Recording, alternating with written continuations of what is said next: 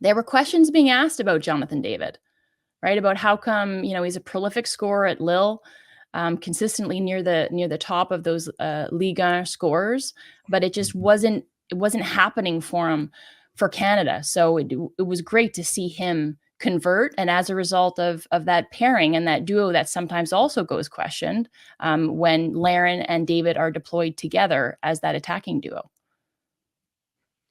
Yeah, I think there's question marks about, Jonathan David against top opposition. And I think that's where he sort of held him with Lille, held him back. And, there's definitely interest in him. He's got 1 year left in his contract there. So they'll either want to sign him on another contract, or they're going to look to try to sell him or get something for him. So he's really got, everything is in his corner, and he can make those decisions. But he's definitely getting interest from the Premier League. I think Aston Villa is the latest one. We've heard Chelsea. And it's just been held back, I think, on the fact that, he scored against a lot of goals against easier opposition for Canada. But recently scoring against the US, Uruguay, Peru, those levels of teams are going to, draw more attention if he can do it at that level. Forget about what he does in the French Ligue 1. And is that overly simplistic of you, Jimmy, not to criticize the way you're looking at it for us? Because it's absolutely true that when you look at his goals with the men's national team, it's against lesser opponents. But do you think, Jimmy, that it's the demands on him defensively, and he's being asked to play kind of a deeper role with Canada, and that's the reason why he's not scoring against bigger opponents? Maybe it's a different style that he's playing, and what the national team is asking him. With him, he's going to get a big move. Jesse Marsh actually said he's one of the smartest players he's ever worked with. He's very, very intelligent. And for his career, he knows exactly what he's doing. He's got a year left on his contract. He's comfortable at Lille. He's scoring goals. He's enjoying his football. He's in no rush. He knows something big is coming around the corner. There's a lot of interest. And he'll be able to pick and choose where he wants to go when his contract runs up. He scores a lot of goals for Lille, absolutely. With the national team, he got 29 goals now? And so he can score goals. It's all about the service. It's about the service that he gets. And he does play a different role with the national team. He does come a little bit deeper. I love the pockets, and he's always the outlet as soon as the defenders get it. You've seen how many times he's always in that half turn, looking to get forward. And I love the work that he puts in with this national team. He's all over the park. He's creative. He makes things happen. Even with the goal that he scored, he just bullied his way through, him and Larin. And unfortunately, it falls into his path, and he's not missing from there. So he can score goals at the international level. But again, you're playing France, you're playing Holland, you're playing Argentina. Your chances are very limited as well at that level. In the domestic level, he's playing for one of the best teams in the league, in the country, in France, and he's scoring a lot of goals, throughout. But for him to get these goals against the top teams, it's a lot more difficult for me than it is playing in Ligue 1. I thought he did a lot better job, like looking at him or Canada out of possession. But when they were able to win the ball, and especially in like right around that halfway stripe, when he did give up the ball the one time against the US on the weekend in Kansas City, it was right around the middle or the center circle. And then the US went the other way, and then Balogun sent that crossover to Pulisic. And then it just kind of went wide. It went across the face of goal. But he took care of the ball a lot better playing that outlet than he did, say, compared to his outings in Copa America. But Forrest, I wanted to ask you about Kyle Larin, because as a result of that effective press, Larin was on, he had two really massive opportunities, especially in the first half, and was unable to convert on them. So what do you think Kyle Larin needs to do to kind of get his scoring boots back on again for Canada? Well, I mean, he's got to prove at that level and that standard that he can do it, and finish the chances that he has. If there's one criticism for Canada, when you dominate a first half like that and you're only one goal up, you really want to put more in the back of the net and finish teams off.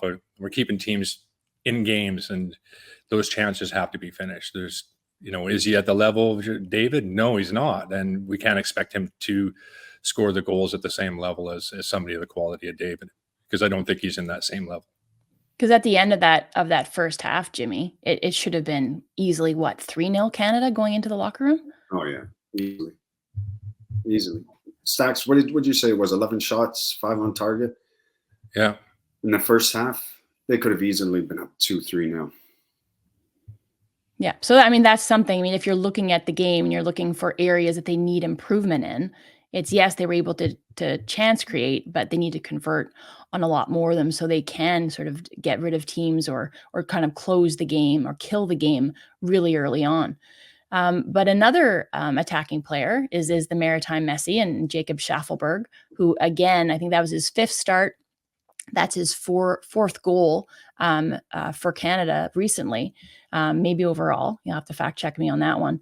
But is it any wonder to the two of you, I'll ask you first, Forrest, playing out in Nashville after you moved over from TFC and successfully doing really well down there, do you think that there are eyeballs on him? And do you think that he could do well at the next level over in Europe somewhere? Oh, yeah. Yeah, absolutely. Talk about another player with a quick, fast rise, and it gets better and better. I think there isn't a player on our national team that hasn't drawn attention from clubs around the world, which is something we've never ever seen with our national team. There's usually an anchor on everybody's back being Canadian, and maybe it's even holding back Jonathan David to a certain extent even now. But overall, they're getting interest from everywhere, and players are getting moves out the back of the national team performances, which is just tremendous to see. And the players will like to see that too, that they put in their national team performances, that there's opportunities to take the next step if they want to. What do you see about Schaffelburg's game, Jimmy, that you like, that you think he could take to the next level? I love the way that he plays, and he is getting attention already. He's getting some attention in Ligue 1. He is one of the fastest players in Major League Soccer. He's quite direct. He's got bags of pace. He's got aggression. He'll defend. He'll get forward. He's got a good left foot, and he's popping up, scoring goals at international level. He's also in setting goals up as well. So, he's got an awful lot in his locker, and he's just continuing to improve. He's playing with so much confidence right now, and I think he's going to be the next player that's going to get the big move. And it always helps, with this national team, when there's a couple of players that are getting looks, all of a sudden the scouts now all start looking at this Canadian team thinking, is there more diamonds in here that we can bring them to our club? Yeah, okay, we'll pay $15 million. We'll bring them in. And then is there going to be a resale value in the next number of years where we're selling them for 30, 40 million? And a lot of these clubs now are taking that gamble because they believe that, Akone is going to go to Marseille and we're going to sell him on. Cornelius will go there. Bambito is going to go to Nice and we're going to sell him on, because those clubs, that's what they do. They'll develop and then they'll sell on to the bigger clubs. And I think Schaffelburg will be that next player that someone's going to take a gamble on and say, let's get him in. Let's work with him for a couple of years. And then we're going to move him on to another big club and make some money off this guy. And they're not really fooling anybody anymore, because, some of these players are out of the reach even of, like, say, an Ipswich Town going for Jonathan David. They probably can't afford him. But there are still some players in our national team that you could pick up at a pretty decent price and good value still. And I think that's what clubs are looking for, value outside of the players that are already really well known, that are going to be, high ticket items.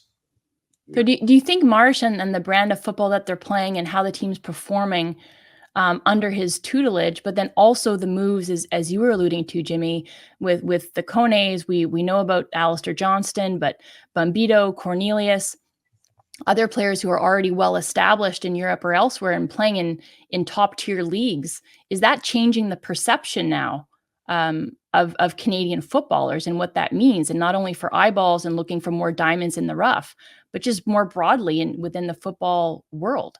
Yeah, all these players going to these big clubs now, it's drawn attention to this national team, and it's drawn attention to the national team program.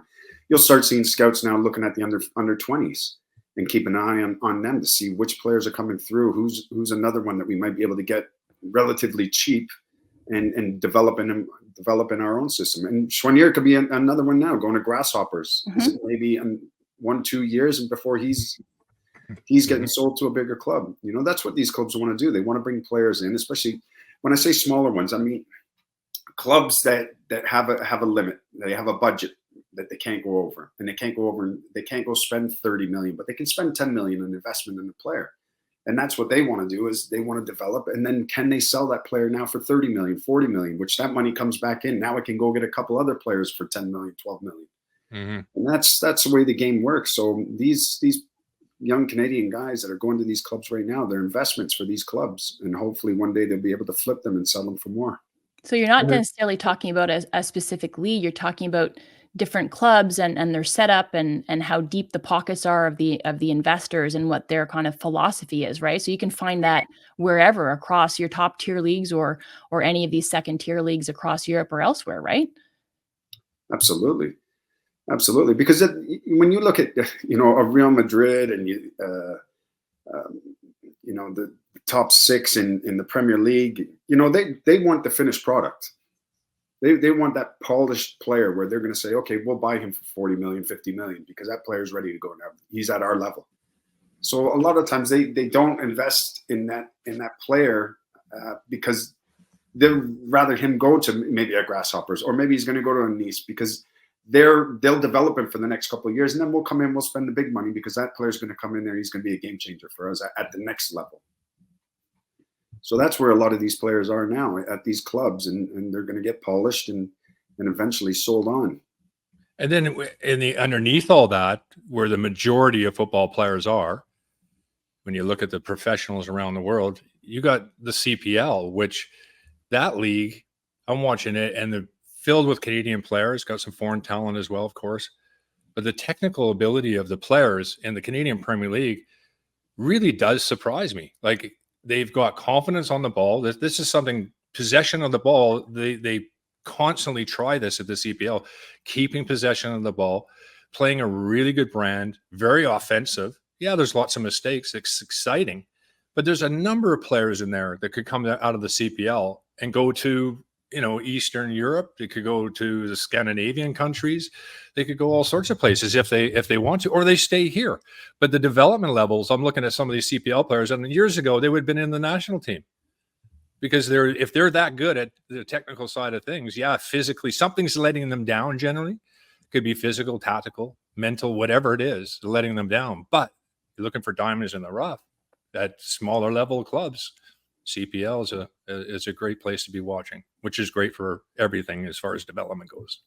Yeah, it could be a springboard, the league itself as a domestic pro league in this country to bigger setups, to MLS or to elsewhere, as you said. But Jimmy, you mentioned Grasshopper a couple times there. Like, there's no better club to spring you on to the next level than Grasshopper, right? Oh, absolutely. Yeah. Good bounce, good spring. If you're looking to jump, to the next level, and Grasshopper is a great place to go.